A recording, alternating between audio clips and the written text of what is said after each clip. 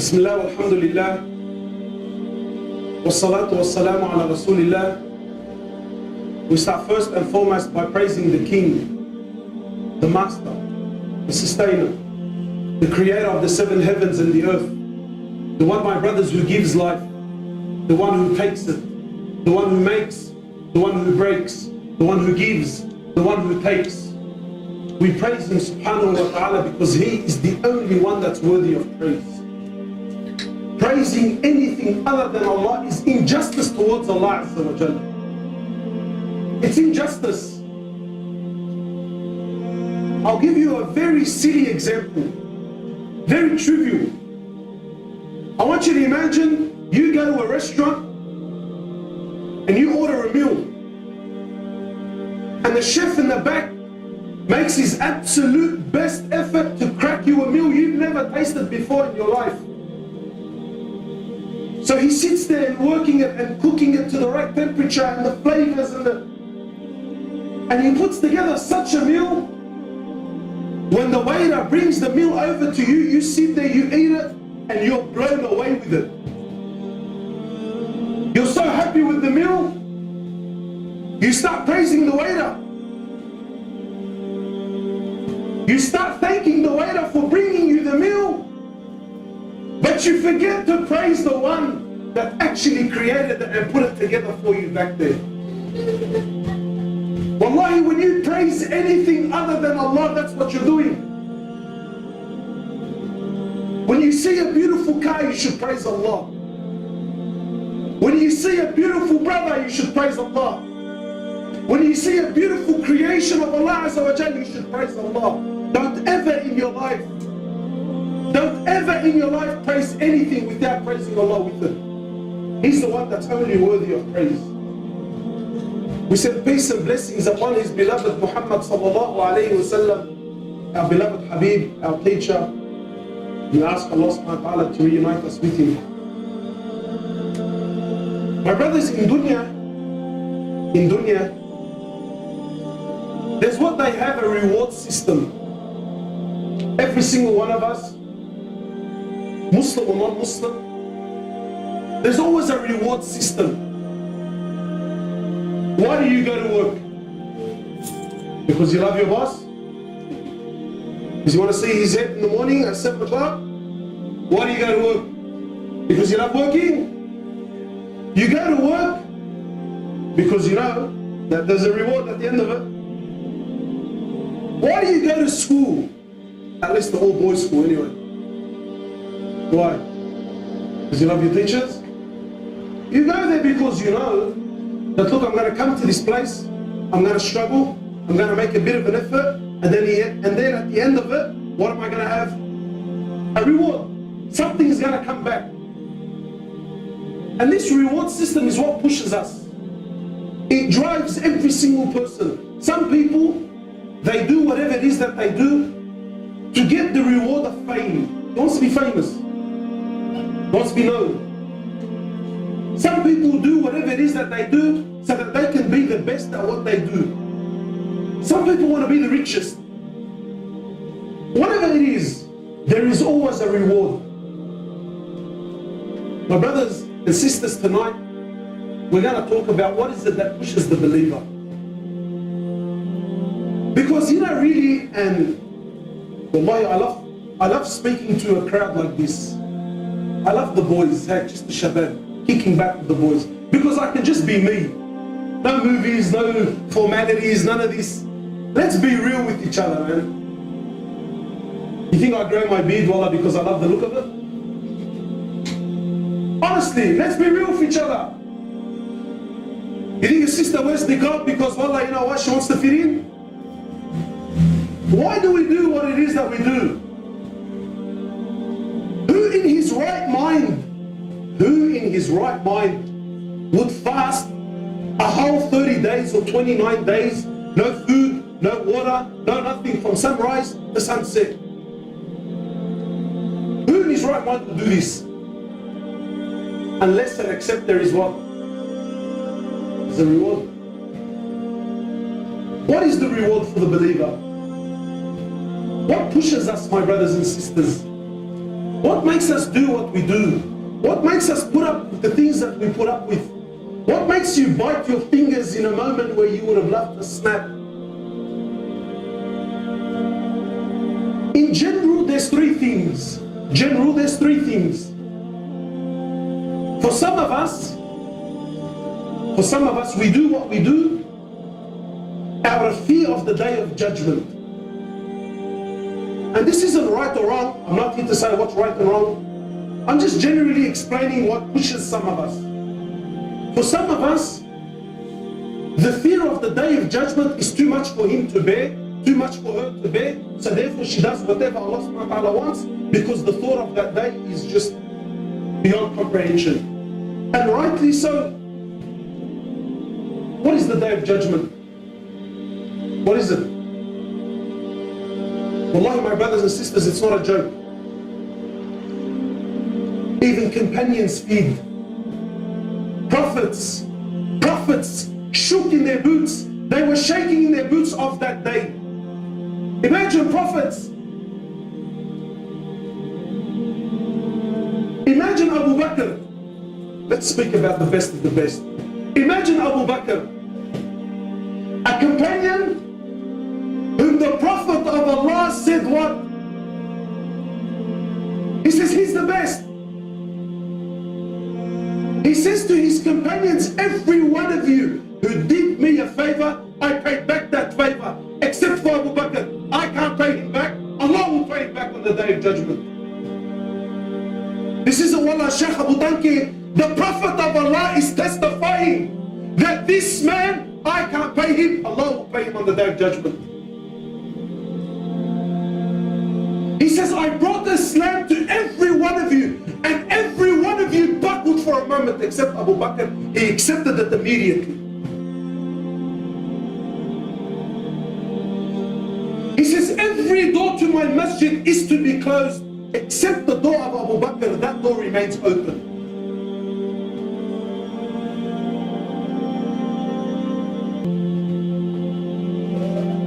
This man who was promised Jannah countless times, he says, I wish I was dust and I wasn't Abu Bakr, who has to stand before Allah on the day of judgment and be held accountable for the things I've done. This is, he says, I wish. He looked at a bird in one narration, he looked at a bird and he flew away. He says, oh, how I wish I was you. Because when you die, you become dust. I mean, if the best of the best is saying, I wish I was that, and I wasn't who I am, who has to stand before Allah on that day, what do you think this leaves for the rest of us? The Prophet of Allah, he says about that day, he says, it's a day that is 50,000 years long. How long? 5, 0, 0, 0, 0. Not our time. For verily one day with Allah is equivalent to 1,000 years of our days. 50,000 years. In a day where he says confusion, Allah says people will be running around like they're intoxicated, like they're drunk. But by Allah, they're not drunk. But the severity of that day is too much. He says, sallallahu alayhi wasallam, you'll be resurrected, naked, uncircumcised, barefooted. So when Aisha radiallahu ta'ala, when she heard this, he says to Aisha, the severity of that day is far greater than people having a purr at one another. It's too much. He says the sun on that day, my brothers, will be 1 mile above your heads. The companion that narrated the hadith, he says, by Allah, I did not know what the Prophet of Allah was referring. Did he mean a mil, meaning the distance of a mile? Or was he referring to the Arabs used to put eyeliner with a little stick, and this stick was referred as a mil? The sisters will probably know it. You know that they buy it from Hajj, that little stick. This to the Arabs was known as a mil. The companion says, I didn't know which one was referring to. Did he mean the distance of this little stick? Or was he referring to the distance of actually a mile? Nevertheless, imagine the sun is 1 mile above your heads, my brothers and sisters. On a day when there is no shade except His shade, Azza wa Jal. Prophet of Allah, he says, each one of you according to his sins and according to his deeds. Each one of us will be sweating. And some of us, our sweat will reach our ankles, and some to our knees, some to our waists, some to our necks, and some will be drowning in our own sweat. Some of us will be drowning in our own sweat. On that day, my brothers and sisters, you will see how Allah will bring justice between animals. Animals. He will bring an animal that had a broken horn and one that had 2 horns, and the one with the 2 horns, he put it on the one with the broken horn. So Allah will give him his right on that day. Then he'll turn him into dust. Even the kuffar on that day, they will say, oh, how we wish we were what? Turab. They're actually going to wish that they were animals and that they were not human beings who now have to be held accountable. This is the severity of that day. So for some of us, my brothers, hearing about the day of judgment is too much. So some people, what? They pull up. They fall into line. People start doing whatever it is that they have to do. Be like, Allah, this day of judgment thing, I can't handle it. And some of us, we're a bit more staunch than that, you know. Day of judgment, it's a breeze. Some of us, what works for us is hellfire. Some of us, when we hear about hellfire, wallahi. And some of us, for some reason, we have this funny understanding of hellfire. Some of us, wallahi, we have this. It's not so much that it's a pretty picture of Jahannam, but yani, how bad is it, bro? So like our Sunday barbecue, shall we end it? Wallahi, my brothers, hellfire was enough. Hellfire was enough to bring the greatest men of our ummah down to their knees. The Prophet of Allah, he tells us that hellfire on the day of judgment, will be brought forward in front of all of humanity. It's going to be dragged forward in front of all of humanity. And he says on that day it will be dragged by 70,000 ropes. And on each rope, my brother and my sister, there will be 70,000 angels on each rope. Do the maths. 4.9 billion angels will be dragging hellfire.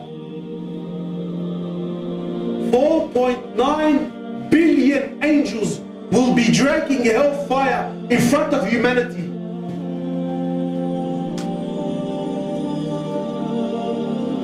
And then when hellfire sees the disbelievers and sees the sinners for the first time, hellfire will burst. It will actually burst out of anger and frustration. The Prophet of Allah, he says the minimum, you know what the minimum? Yeah, the best bloke in Jahannam, the best, the wali of them, the most loved to Allah in Jahannam, is a man who will be made to stand on 2 burning coals, and his brain will be boiling from the heat, and this man would think that he's copying the worst punishment. But little does he know, he thinks he's copying the worst. The Prophet of Allah, he says, he actually has the best in there. We're talking about a place, my brothers and sisters, there is no air conditioning. There is no dancing and music and hanging out. This is a a place, I want you to imagine, you know what, don't use your imagination. I want you to imagine the one who's perfect by nature, the one who is supreme by nature, the one who when he creates to absolute perfection. You know what, forget this. I want you to imagine this. Maybe this for the boys, it sinks in a little bit more. I want you to imagine, Malish, forgive me, I know the sisters downstairs, but let's just be real, yeah?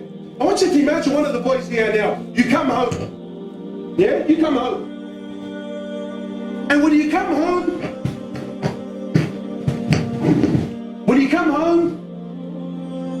you come to the front door, I mean, you realize, you know what? The front door's open, man. What the hell's going on? You walk into your house, only to see your wife, your little 2-3-year-old daughter, your whole family was butchered. Not only they were butchered, they were raped. Not only were they raped, khalas, imagine the worst of the worst. Ghadab beyond ghadab. Beyond ghadab. And all this was done by one man. And then you actually find the man in the house. And you get your hands on him. And I know maybe for some of us, because maybe it's not in our nature, you feel like, you know what? I'm not the one who's violent. I want you to imagine you actually grab the bloke and you physically can put it on him. Yeah, you physically can overpower the man. And now I want you to imagine there is no law.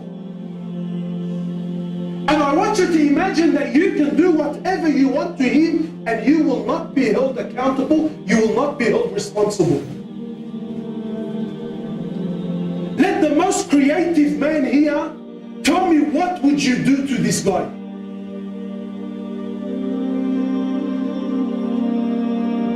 Wallahi, whatever you think of, every single one of us collectively, it's rubbish, because we're human beings, we have defects, we have shortcomings, we are imperfect by nature. Whatever you're going to possibly imagine is nothing. Imagine Allah, the King of Kings, the one who's perfect by nature, designs a place to do nothing but punish. He designed it to do nothing but punish. What do you think it's going to be like, bro? You think it's going to be like roads? You think it's going to be like a Sunday night barbecue with the family? He designed it to punish Azza wa Jal. So some of us, when we hear this, Allahu Akbar, we buckle. So we what? We straighten up. And then my brothers and sisters, there are some of us, we worship Allah not out of fear of the Day of Judgment, not out of the fear of hellfire, but we do what we do out of the love and the longing and the wanting of His Jannah. And tonight, this is my topic. My brothers and sisters, what has Allah prepared for those who pass the test? What has Allah Azza wa Jal prepared for those who on the Day of Judgment the book will be given to them in their right hands? For some of us, my brothers, when you hear what Allah has prepared for you, nothing can be a better reward. Nothing can be better encouragement than knowing what Allah has prepared for those who pass. What has Allah prepared? Before we talk about Jannah, for you to be able to appreciate Jannah, let's talk about dunya for a minute. What does dunya have to offer you? Now, my brothers and sisters, you by nature, nothing in this world can ever satisfy your heart. And I'll give you examples. But do you remember when you were young? What was the biggest drama in your life? What was the biggest obstacle in your life from you living the life you've always dreamed of? It was what? You know what? Before that, I remember when I was young, when all my cousins first started buying Nintendos, and we had that piece of Atari thing up. This is injustice, man. On Eid, all my cousins, they're talking about Nintendo and Mario Brothers, and we've got that little funky Atari thing, man. So in my heart, I'm thinking, what? This is a life? This is miserable, man. This is azab. I am being punished. Mom, Dad, this has got to stop. This is injustice. I will bear witness and testify before Allah. This is inhumane. Wallah, I did my mum's head in that much, bro. And wallah, you know what? I lost my brother. Like, wallah, they were struggling to pay rent, bro. Wallah, she saved her money however she could, and she bought us a Nintendo. But by the time she bought it, you know what happened? The Nintendo 64 came out. No, the Super Nintendo. Wallah, some of the younger guys are thinking, bro, what crack is this guy on about? Manish, it's very old, huh? So all my cousins are playing Super Nintendo, Mario Kart, you know, the buttons on the side. And I'm playing that bloody stupid, that kind of game, bro. Whack, whack, whack, whack. Yeah, that was good. I'm thinking, bro, this has got to stop, man. Mom! Dad! Zoom! This is not right! Look, wallahi, this is dunya. This is dunya. I have to mention this for you to appreciate Jannah, wallahi. So I came to my mom. Mom, this is too much. Wallahi, she saved money and then she bought me a Super Nintendo, bro. What happened after the Super Nintendo? Like, deep with these guys, bro. Wallahi, we kept buying the one, and every time I bought it, something new came out. Until eventually I got over it. Bro, do you remember, wallahi, forgive me, man, I'm going back down memory lane. You remember when those Adidas clip-ons came out, bro? You remember them? But they were $80. Sure, $80. You were buying clothes from Su'ahad, bro, what the hell? $80 for those clip-ons, and on Eid, when we went to the Kaaba Mosque, it was like an Adidas factory outlet, bro, everyone's wearing them. And I'm wearing the same suit and tie from 3 years ago. This is it, you know what, I don't want to pray, bro, I don't want to come to the masjid anymore. Then I bought the Adidas. You know what happened? Mikey brought out clip-ons and then you get to an age where what the biggest problem in your life is what? Be honest, bro, wallahi, I'm trying to paint a picture. I'm not trying to make you laugh. I'm actually trying to paint a picture. And then what happened? I gotta get my bloody L's, bro. I can't keep doing this. I can't keep walking to the station. You look like a drunk, bro. What do you mean, bro? I gotta get my license. So he started counting down the days, bro, Xing on the calendar. Wallahi, I remember X, waiting for the day I turned 16. And back then, when you do your L's, it's free. So you fail 100 times a day, no problems. I'll sleep at that day. I'll sleep there. Fail, no problems. I'm not a sheep, bro. I'm ready. Until you got your license, man. Do you, wallahi, am I living in my own world, or do you boys share the same things? Do you remember when you got your L's?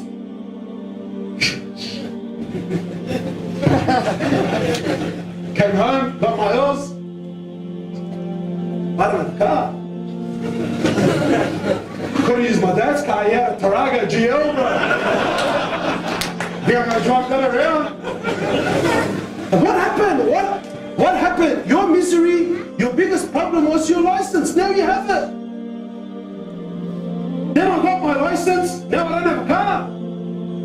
Well, this can't continue. So we started, bro. Left and right,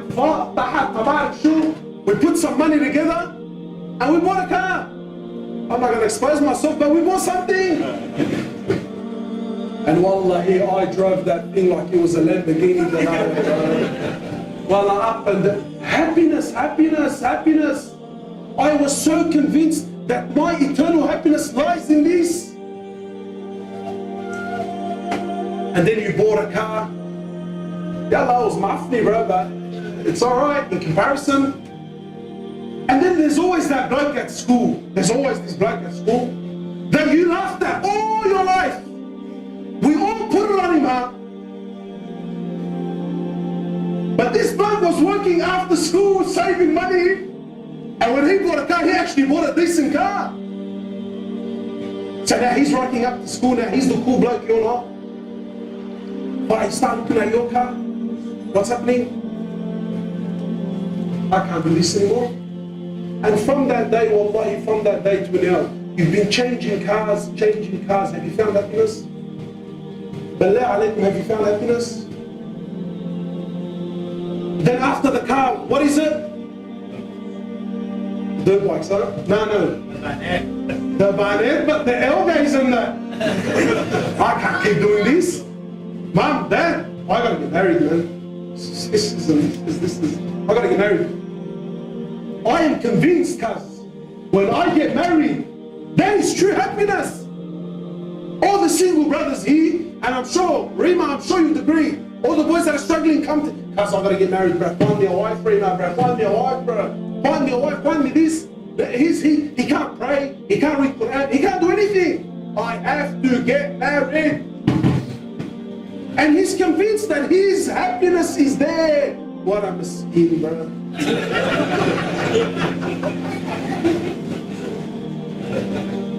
So then you get married. And you're convinced, bro, as soon as I get married, what's going to happen? Halas, bro, wallahi. How many of us, my brothers and sisters, how many sisters delay wearing hijab? Why? Why? Brother, I've got to get married. But wallahi, as soon as I get married, what am I going to do? What am I going to do? Wallahi, I'll start wearing my scarf. Then she gets married. Then it's what? Brother, after the honeymoon. Then after the honeymoon, it's what? Brother, as soon as I have my first kid. Then after the first kid, it's what? And this is the cycle of dunya. We got married. We're still in the KK stages. Her father doesn't let you take her out. And now there's problems. Now it's, bro, I just can't wait to get married, have my own house, get out of here. I gotta start living life. I remember on my honeymoon, wallahi, on my honeymoon, I was told the honeymoon's the best period. But 3 days into my honeymoon, I want to throw her from the hotel room. And it's not about her. Wallahi, you know, this isn't an attack against women. This is how it is for everyone. I remember an old bloke when I was getting married. And شو ما جواز وإيه والله I'm getting married. قال لي أروح لك يلا أروح انبسط. قال لي معلش. The first couple of bites they're beautiful, honey. And then the rest you'll know about it. This is dunya, man. Then you first got your first house, then your second, then you got bigger and bigger and more rooms and better tiles, and better furniture. Are you happy? Now we still drive around, look, admiring other people's things. So this is what? This is dunya. Now let's come to Jannah. Let's come to Jannah, my brothers. A place where, my brothers, the Prophet of Allah, he says in Jannah, my brothers and my sisters, you will take a fruit from one of its trees and you take a bite from this fruit. He says the one bite you take, it will be the most beautiful thing you've ever eaten. He says, sallallahu alaihi wasallam, then the next bite from the same fruit is better than the first one. And for eternity, you will never taste that first bite ever again. It will only get better and better and better and better.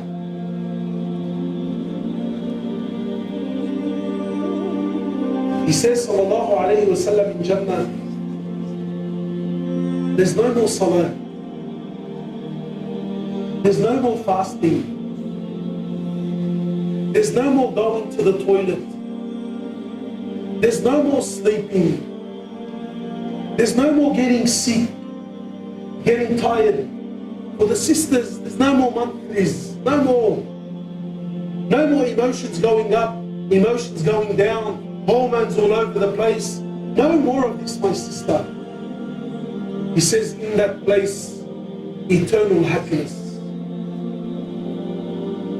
What does he say? What does Allah Azza wa Jal say? He says, خَالِدِينَ فِيهَا أَبَدًا. Wallahi, you cannot translate abada. Sometimes he said to the brothers, brother, you're going to Jannah for eternity. How can I tell you eternity? Like, what can I use as an example to compare what eternity is? There is no time. There is no period. It's not like 1,000 years, or 1,000,000, or 100 million, or 1 billion. Bro, what's the biggest number you can crack? Anyone? I don't know. Throw me a figure. What's the biggest figure you know? Trillion, gazillion, million, whatever it is, bro. It's zero compared to eternity. One of the scholars gave a beautiful example. He says, imagine this dunya. You know what? Forget dunya. Imagine this room here. How many sesame seeds? You know what it is up, bro. I'll show you what it is up. How many sesame seeds can you put in this room? How many can you put? What, 1,000,000? More? 1,000,000,000,000 sesame seeds in this room? He says, imagine you filled up the whole dunya, the whole earth. Imagine you filled up the whole earth with sesame seeds. And you filled it up all the way to the heavens. And one bird, imagine the example, wallah. He says one bird came every 1 billion years. A bird would come and only take one sesame seed. He says the sesame seeds will run out and you will still be in Jannah. Even that is zero. Look, time itself will no longer exist. Eternal happiness. And in Jannah, you're not going to be like the way we are now.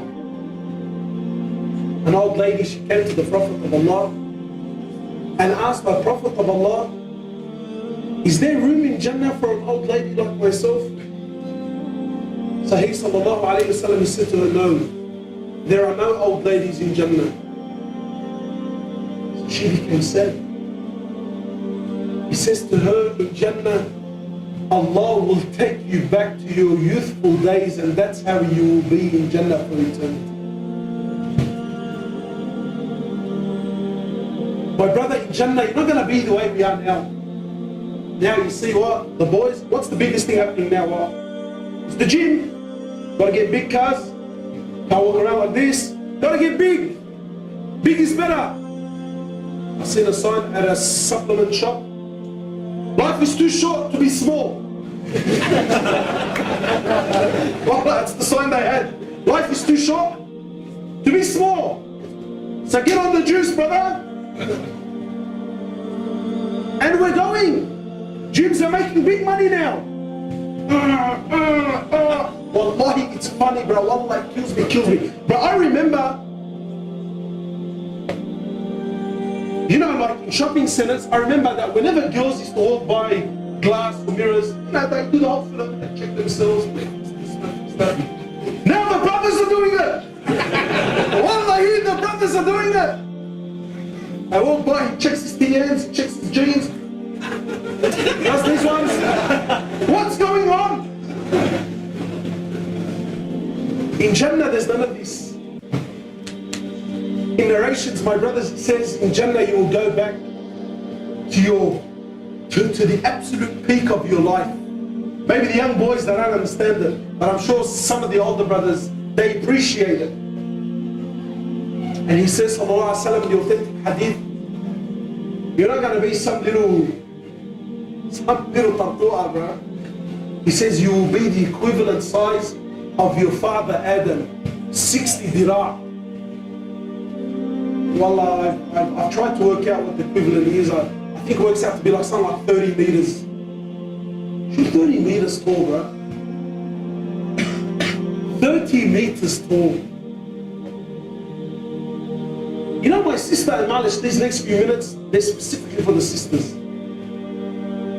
My sister, I want you to imagine a place where you will be perfect. You will be perfect. You will look at the mirror and there's not, like even you will look at the mirror and say, God damn, this is just not normal. Wallahi, grab the most beautiful woman in dunya. Grab the most beautiful woman in dunya. And sisters know this. Grab a woman that all the other women are envying. And tell her, look, I'm going to give you a list. Tell me what body features would you change if you could. Well, I wish I was a little bit taller. I wish I was a little bit shorter. Well, I wish I was, I wish this wasn't so big. I wish this wasn't so small. I wish that's... The women that we look and admire, even they have imperfections. They see it and they know it. But in Jannah, you will look at yourself and you will be the most beautiful thing you've ever seen.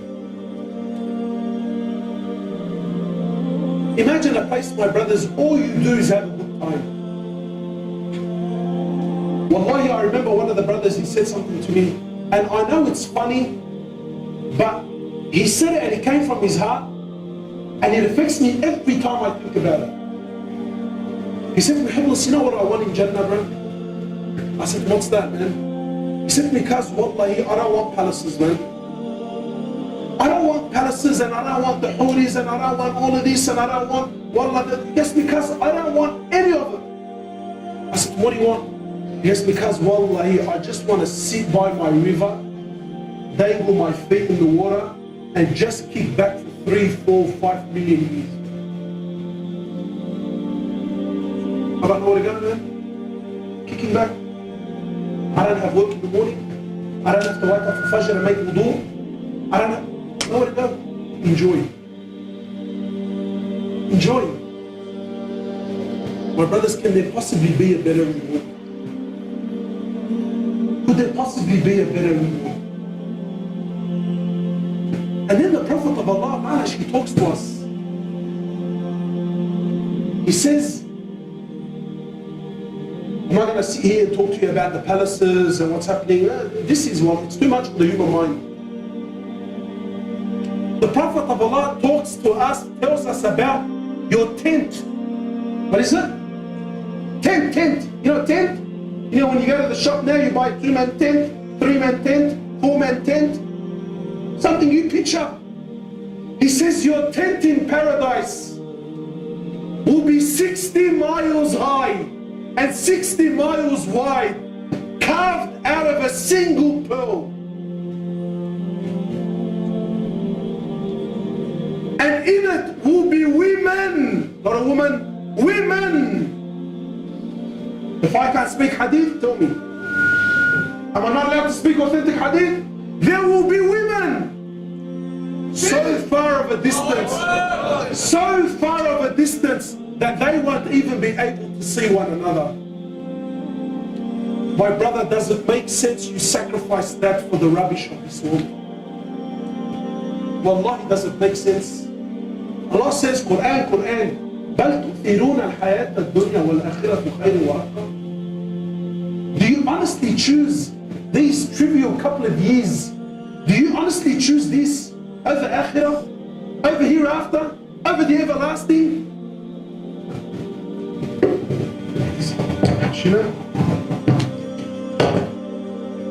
The Prophet of Allah tells us, to give you an example, he says the comparison of dunya compared to akhirah, he says is like one of you. You know what? Allah. He says it's like one of you dips his finger into the ocean. Imagine the ocean, not a little lake, not a river. He says one of you goes to the ocean, dips his finger into the ocean and takes it out. He says what comes out? Look. That is dunya. And that vast ocean is the hereafter. This is akhirah.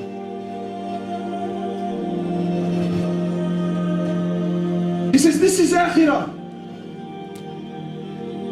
And then he gets better than that. Imagine a place, my brother, you don't have to work, you don't have to just enjoy your life. For the men, imagine your tent. And in Jannah, there's none of this, bro. There's no more beads in Jannah. Some of us get shocked. No, in Jannah you'll be clean shaven.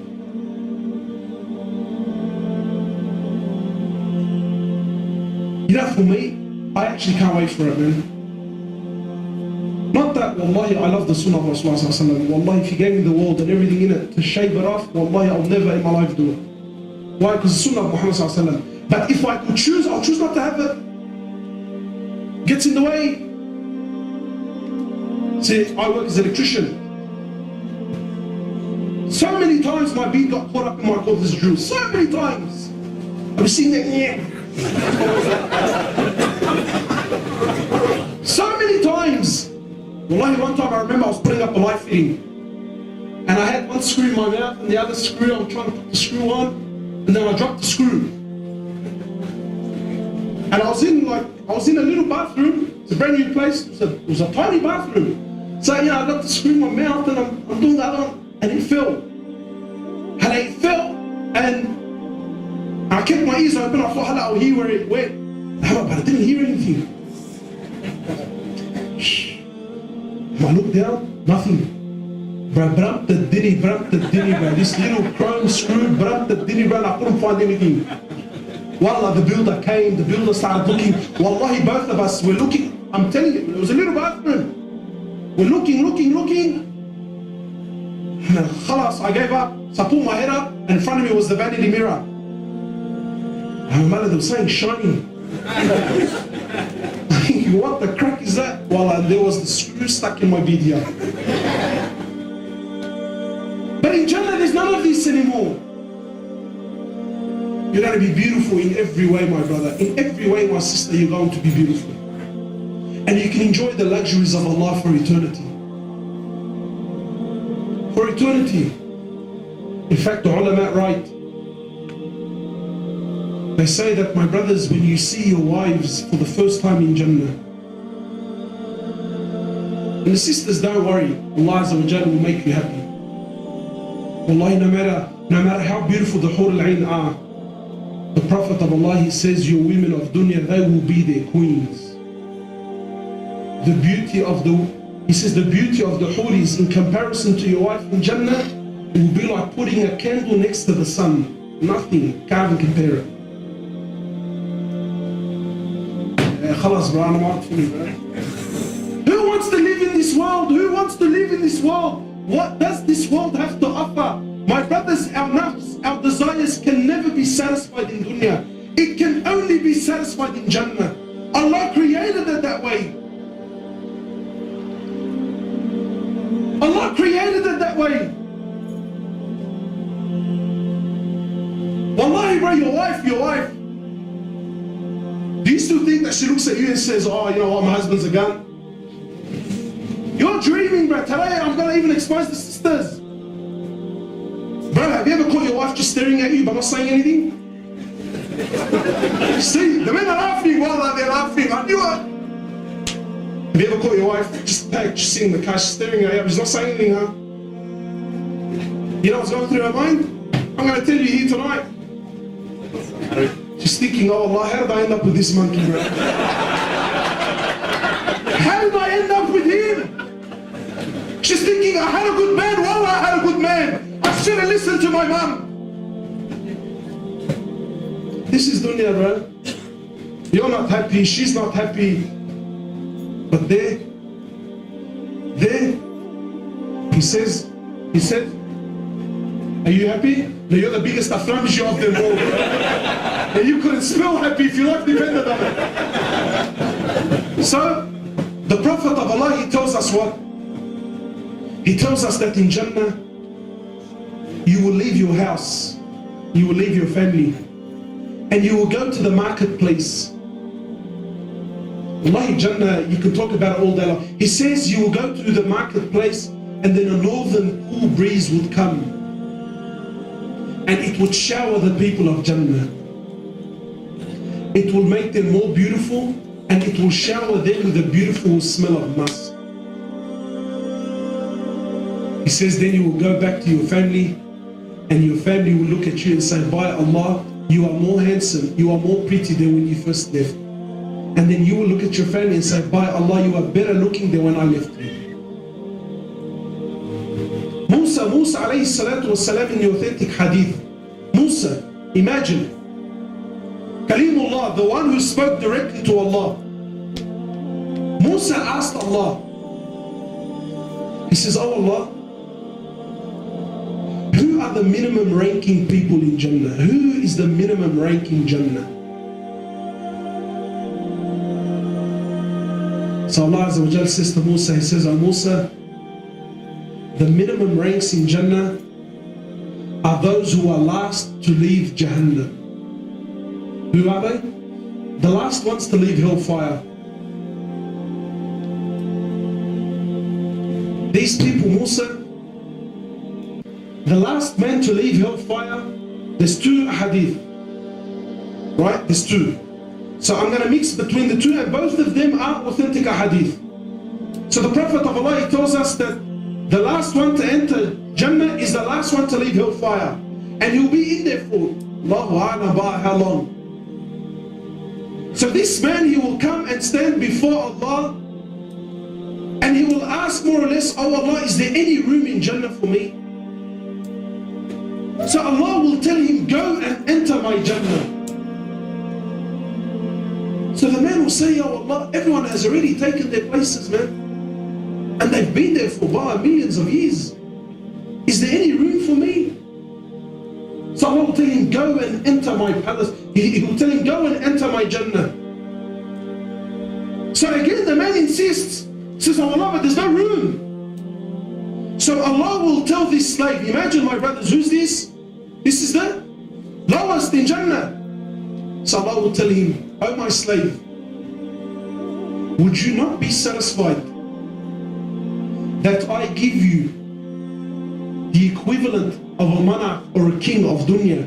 If I give you the equivalence of dunya in Jannah? So the man will say, oh Allah, you are the King of Kings. Do not mock me, Ya Allah. Do not mock me. Are you playing games with me? I think there's no room. You're telling me that you're going to give me the equivalent of this dunya? So the Prophet of Allah, he smiles. The one who narrated the hadith, he says the Prophet of Allah smiled until his teeth showed. So Allah Azza wa Jalla will tell the last man to leave hellfire, for you is the equivalent of dunya, and the like, and the like, and the like, and the like, and the like. So the man says, Ya Allah, stop. Oh Allah, please stop. Do not mock me. Oh Allah, don't make fun of me. He says, my slave, for you is this and the like, 10 times the size of this dunya. For the last man to leave here, for the lowest rank in Jannah, the lowest. The Prophet of Allah, he says in the authentic hadith, for the lowest ranking people in Jannah, Allah will ask them, what do you wish for? Tell me your wishes. Yalla, let it rip. Give me all your wishes, everything that you desire. So these people that will tell Allah their wishes, then Allah will give them everything they wished for and more. Then Musa asked, oh Allah, and who are the high ranks in Jannah? Khalas, now let's talk levels. Oh Allah, what about the highest ranking ones? So Allah Azza wa Jalla, he tells him, oh Musa, for the high ones in Jannah, for the highest ranking, they are those whom I have established their honor and their status with my own hands. And Musa, for these people, for them is what no eye has ever seen, no ear has ever heard, and no heart and mind has ever comprehended. These are for the high ones in Jannah. You know, my brothers and sisters, sometimes we're happy. We say, you know what, my brother? If I can just make it to Jannah, I'm happy, man. Why is it that with our deen, we deal with it like it's cheap? Why? The Prophet of Allah, he says in the Sahih Hadith, he says, you will see the high ranks, you will see the people in the higher levels in Jannah like you see the stars in dunya. How far is the star? How far is it? The Prophet of Allah, he says, you will see the people in the high ranks of paradise like you see the stars in dunya. So some of you say, but look brother, if Allah's going to give me 10 times this world, I'm happy man, I don't want to be up there. Why? Why is it in dunya we're never happy? But in akhirah we're happily satisfied with anything. You know why Allah, whatever you give me I'm happy. But here, dunya, rubbish, what's going to be destroyed anyway, you're never happy with just any car, you want the best car. You're not happy with just any wife, you want the best wife. You're not happy with just any house, you want the best house. I'll give you an example. You know when you travel, planes, for those of you that have been on a plane, I'm sure you're going to know exactly what I'm talking about.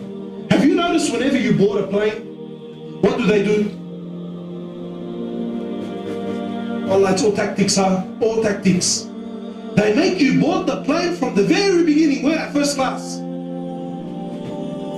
And they make you walk through first class. Now, every single chair is the size of a bed. Or kullu leather, or wood grain. And they don't have just any waiters. No, they're always the hot blonde ones. And then they take you past the first class, and they show you the business class. And then they take you to your seat, which usually fastens right at the back next to the toilets. Right at the back. So they walk you through just to show you how. And look, had you worked a little harder in life, bro, and paid a bit of money, you would have sat all the way in the front. But still, I managed. So they make you walk through Heki just to burn you, huh? And then they take you all the way to the end.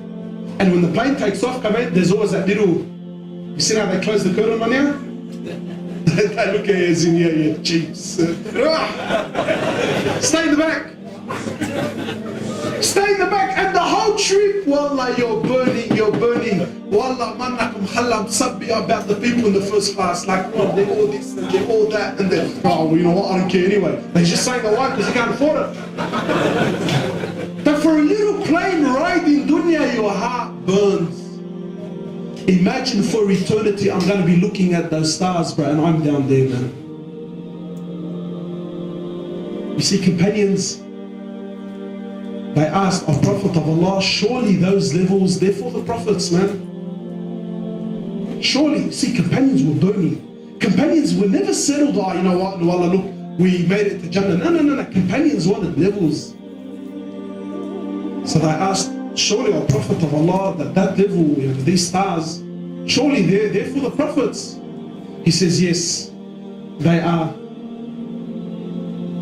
But by the one whom my life is in his hands, for those that believe in Allah and believe in his Prophet, they can reach that status. They can reach it. They can reach first class, they can. Imagine being up there with the awliya, with the shuhada, with the prophets, with the messengers, with the sahaba. Imagine, bro, imagine. Khalas, ba, you know, wallahi, there's too much to mention, but I need to wrap it up. Imagine, my brothers, everything you wish, everything you desire, everything you want, rivers, anhar, tajri min tahtihum al-anhar. Wallahi, here, bro, here, we die, bro. We die just to live next to a pond. We die to live. Wallahi, some people start talking up because he lives where? Next to bloody George's River. It's a dump. He smells like a dump. He looks like a dump. But he has some water views. Imagine a place you don't have water views, bro. You have rivers flowing underneath your feet. Rivers of pure milk. Rivers of pure water. Rivers of pure honey. Rivers of pure wine that doesn't intoxicate. All this is for you. Imagine. So the Prophet of Allah, he tells us that in Jannah, my brothers and sisters, after every one of us has taken his palaces and taken his status and taken in all the luxuries, Allah Azza wa Jal, he will call out in the authentic hadith. See, this is better for for those who long to see Allah, for those who are dying, for those who know the reality of this dunya. Dunya sijnul mu'min wa jannatul kafir. For those people, imagine on that day, Allah Azza wa Jalla will call out and say, "O people of paradise." Imagine my brother, Allah's talking to you. My sister, Allah's talking to you now.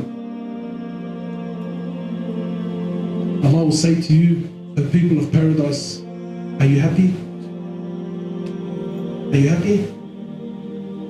So the people of paradise will say, "Oh Allah, and who would not be happy?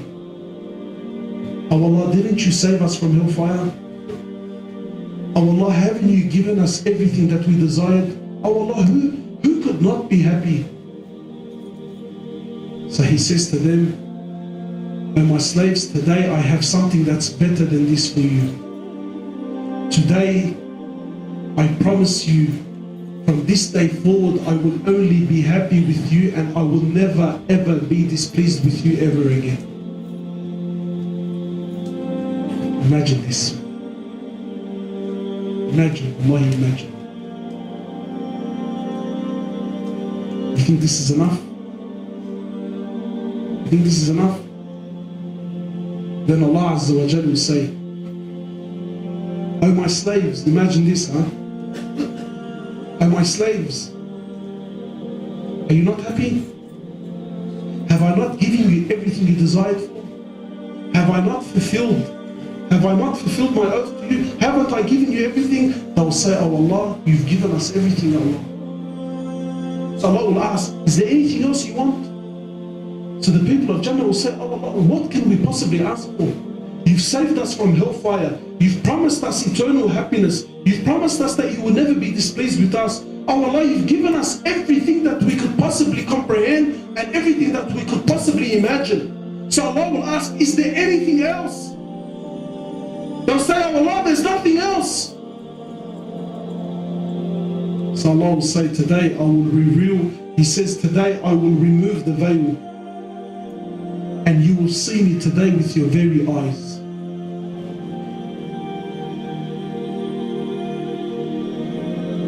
He says, "You see me with your very eyes." Companions asked the Prophet of Allah, authentic hadith, "We will see Allah? We will actually see Allah?" So he sallallahu alayhi wa sallam, he pointed to the full moon. He said, "Do you see the full moon?"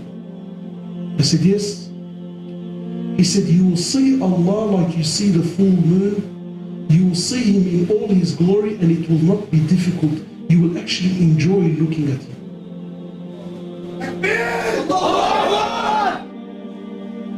This is for the ones who pass. Billah alaykum, my brothers and sisters. Is it worth sacrificing that for this dunya? Is it? This is what Allah has prepared. So my brothers, forgive me, I've taken so much of your time. These are the three things that push people. Fear of the Day of Judgment, fear of hellfire, and for some of us, the longing of Jannah. My brother, wallahi malish, when you're waking up in Fajr and it's a struggle, think to yourself, "Oh Allah, you know I'm struggling, but don't deprive me of seeing your face. Ya Allah, yes I'm struggling, yes I'm going through a hard time, but Ya Allah, do not deprive me of that pearl in Jannah. Oh Allah, I'm struggling, I'm going through a hard time, but Ya Allah, I'm sticking staunch. Ya Allah, do not deprive me of seeing your beloved Prophet in Jannah." So my brothers, these are the things that should be pushing us. Wallahi, and again I'll end with, he says, "It is a place no eye has ever seen, no ear has ever heard, and no heart and no mind has ever imagined or comprehended." We ask Allah subhanahu wa ta'ala to make us from the dwellers of Firdaus al-A'la, and we ask Allah subhanahu wa ta'ala to make us of those who see Him all the time in Jannah, and we ask Allah Azza wa Jalla to make us of the companions of Muhammad sallallahu alayhi wa sallam in Jannah. سبحانك اللهم وبحمدك أشهد أن لا إله إلا أنت نستغفرك ونتوب إليك.